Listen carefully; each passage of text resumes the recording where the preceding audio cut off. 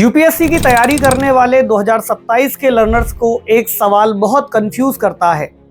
अभी प्रीलिम्स पर फोकस करें या मेंस पर?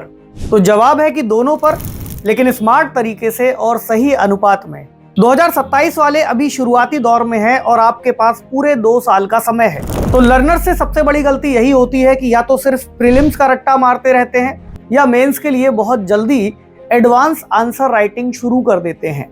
जबकि सही स्ट्रेटजी होगी कि पहले साल में 70% फोकस प्रीलिम्स पर और 30% मेंस पर, वहीं दूसरे साल में इसका उल्टा कर दें। तो सर ऐसा क्यों? क्योंकि प्रीलिम्स गेट कीपर है। अगर यह नहीं क्लियर हुआ तो मेंस का कोई फायदा नहीं होगा।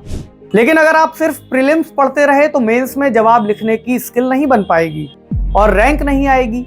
इसलिए शुरुआत से ही इंटीग्रेटेड तैयारी करें। एनसीईआरटी और स्टैंडर्ड बुक्स पढ़ते समय प्रीलिम्स के फैक्ट को याद रखें, लेकिन कॉन्सेप्ट को भी मेंस के नजरिए से समझते जाएं। जैसे पॉलिटी पढ़ते समय यह सोचें कि यह एथिक्स या गवर्नेंस में कैसे लिखा जाएगा। तो पहले साल में रोज का रूटीन कुछ ऐसा रखें कि 60 से 70% समय स्टैटिक जीएस और सीसेट पर लगाएं।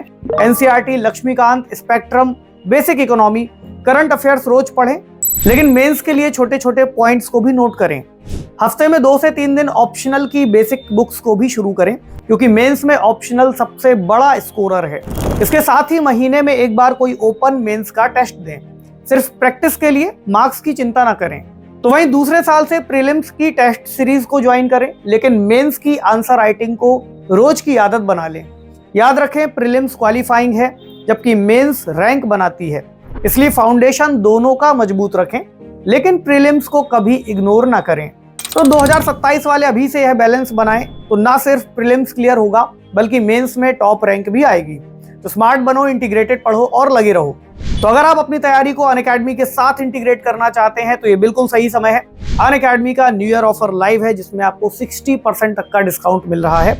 जल्दी कीजिए, लेट्स क्रैक इट।